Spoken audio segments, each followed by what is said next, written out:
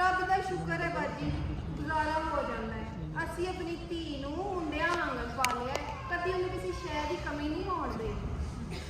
But ਇੱਕ ਗੱਲ ਮੈਂ ਤੁਹਾਨੂੰ ਸਾਫ਼ ਦੱਸਦੀ, ਇੱਕੋ ਇੱਕ ਮੁੰਡਾ ਜੀ ਮੇਰਾ, ਤੇ ਬੜੀਆਂ ਉਮੀਦਾਂ ਨੇ ਮੈਨੂੰ ਉਹਦੇ ਨਾਲ। ਮੇਰੇ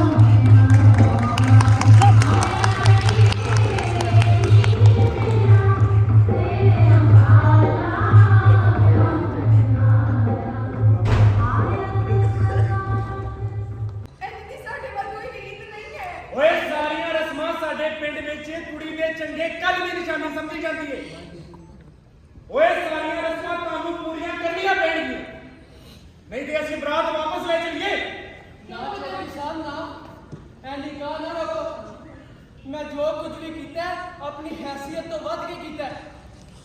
कार गिरवी रख के मैं अपनी धी का जेल बनाया चौधरी साहब। चलो वो लगते अज जेल की गल भी मुका लेने हैं। वो तू जेल च भेजे की वो गिनती दियां 2-4 शैवां बस।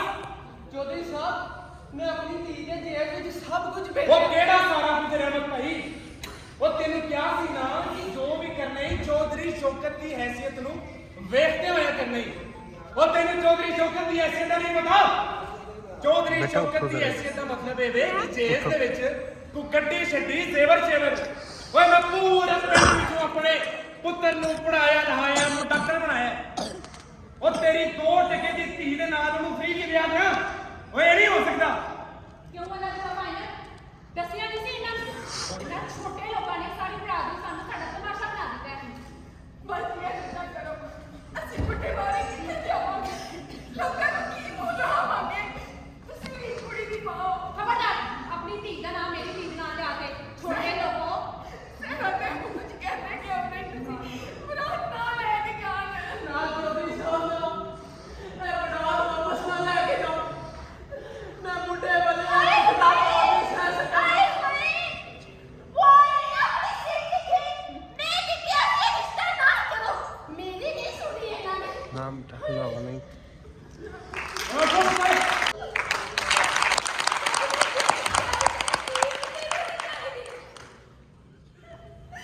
अब्बा चल ते बोल जा। अहमद भाई को सोचना है।